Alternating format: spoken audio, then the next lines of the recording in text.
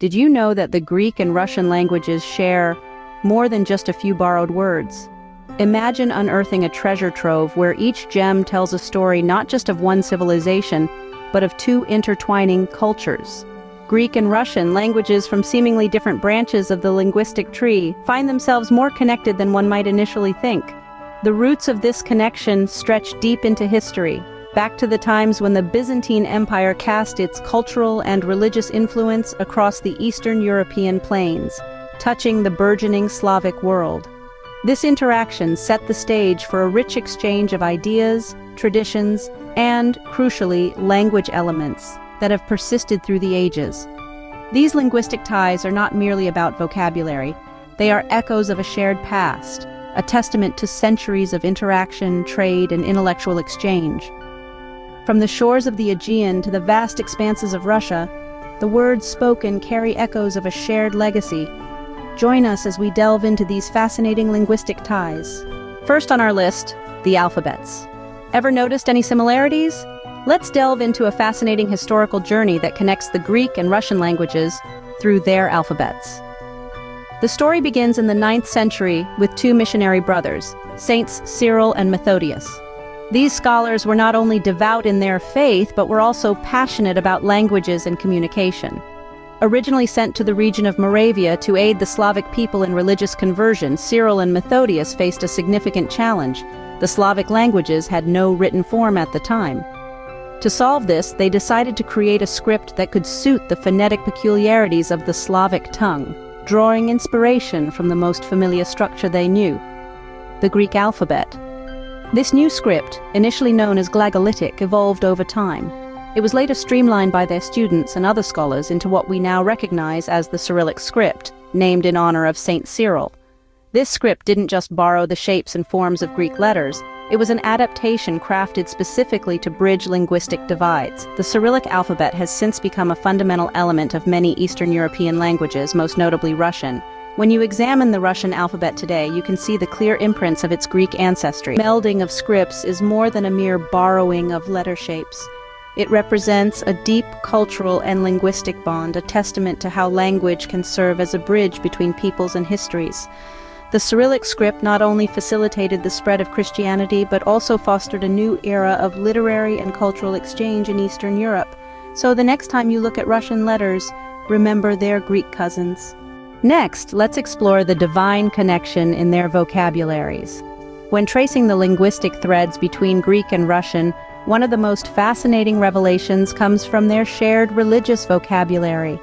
This profound connection is largely attributed to the spread of Orthodox Christianity, which served as a bridge, linking these two languages through faith and philosophy.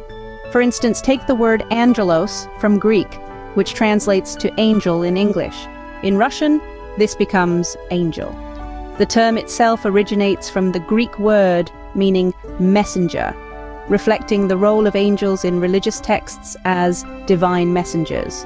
This shared term is a testament to how deeply religious narratives have been woven into the linguistic fabric of both cultures. Another compelling example is the word ekklesia, meaning church in Greek. This term crosses into Russian as tserkov, evolving phonetically and semantically, but retaining its fundamental identity. The church, central to Orthodox Christian practice, is thus embedded similarly in both languages, showcasing the shared spiritual and community values. Moreover, the Greek word martis, meaning witness, has its counterpart in Russian as muchenik, which refers to a martyr, one who bears witness to their faith even unto death. This reflects not only a linguistic borrowing, but also a deep resonance in how both cultures view faith and testimony. The word synod, referring to an assembly of church officials, also finds its echo in Russian as synod. This term encapsulates the governance aspect of the Orthodox Church, highlighting another dimension of religious life where language plays a crucial role in defining administrative and spiritual order. These words not only convey meaning, but also centuries of shared spiritual history. They illustrate how both Greek and Russian have served as conduits for religious and philosophical discourse, profoundly influencing each other through the medium of shared faith. This linguistic interplay is not merely about vocabulary, but about carrying forward a legacy of beliefs, values, and traditions that continue to shape the identities of these two rich cultures. Moving on to the realms of mind and science. As we delve into the intellectual tapestry of languages, it's fascinating to observe how the ancient Greeks not only shaped their own era, but also extended their influence far beyond their geographic and temporal boundaries. This profound impact is vividly seen in the Russian language, particularly in the domains of philosophy and science. Greek philosophy and scientific thought are cornerstones of Western intellectual tradition. During the Renaissance, a period marked by the rebirth of classical knowledge and wisdom in Europe, Russian scholars turned to Greek texts. They were not merely translating, they were transcribing a worldview. This led to the adoption of numerous Greek terms into the Russian lexicon, terms that were foundational to developing fields of study. For instance, the Greek word philosophia, meaning love of wisdom, entered Russian as philosophia. This term encapsulated a whole new dimension of thought in Russia, one that engaged with questions about existence, knowledge, and the nature of reality itself. Similarly, logos, meaning reason or plan, found its place in Russian as logos, integrating deeply into the philosophical dialogue. In the realm of science, the influence is equally profound. The term anatomy, derived from the Greek anatomy, meaning dissection, is adopted into Russian as anatomia. This illustrates how Greek scientific methods and terminologies were crucial in shaping the scientific methodologies in Russia. The Greek legacy in Russian is not just a collection of borrowed terms, but a testament to the enduring dialogue between cultures. Through these shared words, one can trace the pathways of intellectual exchange and the mutual enrichment that followed. This lexical sharing went on to lay the groundwork for further developments in Russian science and philosophy, paving the way for thinkers who would eventually contribute their own unique perspectives to the global intellectual community. It's clear that Greek thought helped shape Russian intellectual pursuits. Our fourth point involves the skeleton of language, grammar. When delving into the grammatical structures of Greek and Russian, one can't help but notice striking similarities that contribute significantly to the complexity and richness of these languages. Both Greek and Russian belong to the Indo-European family, but they sit in different branches. Greek is part of the Hellenic branch, while Russian is a member of the Slavic branch. Despite these different familial roots, they share a remarkably similar grammatical system, particularly in the use of cases and verbal aspects. Let's start with cases. Greek and Russian use a system of cases for nouns, pronouns, adjectives, and even some numerals.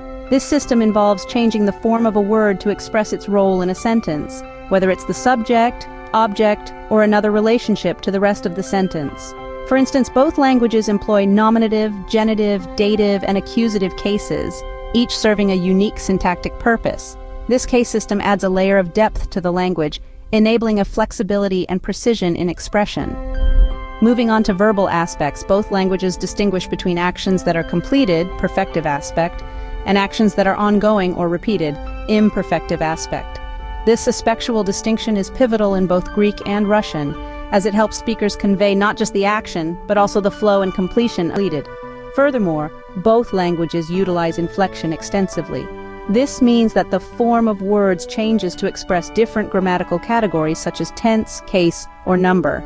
Through inflection, a single root word can morph into a variety of forms, each carrying distinct grammatical information. In conclusion, the grammatical systems of Greek and Russian, with their cases, aspects, and inflections, demonstrate a fascinating interplay of linguistic elements. These grammatical intricacies add a unique flavor to both languages, don't you think? Lastly, let's talk about borrowing a linguist's favorite pastime. When languages interact, they often share more than just greetings. They exchange a wealth of words, especially in fields where innovation is key. Take, for instance, the modern Greek contributions to the Russian vocabulary. In the fast-paced realms of technology and medicine, Greek roots find their way into new Russian terms.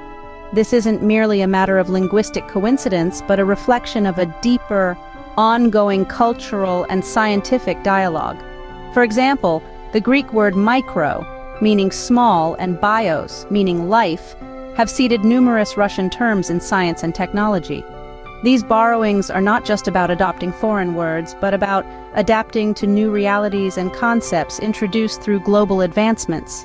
This linguistic exchange enriches both languages, allowing them to grow and adapt as they absorb new ideas and technologies from each other. Indeed, languages evolve, borrowing from each other, growing richer and more interconnected. To wrap up, the ties between Greek and Russian are both deep and enduring. Throughout this exploration, we've delved into the fascinating aspects of these languages, uncovering layers of connection that reveal a rich tapestry of cultural and linguistic exchange.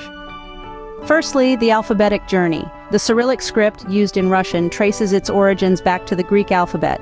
This adaptation wasn't merely a borrowing of characters, but a thoughtful integration that catered to the unique sounds of the Slavic languages. The Greek influence is unmistakable, providing a foundation that has carried through centuries.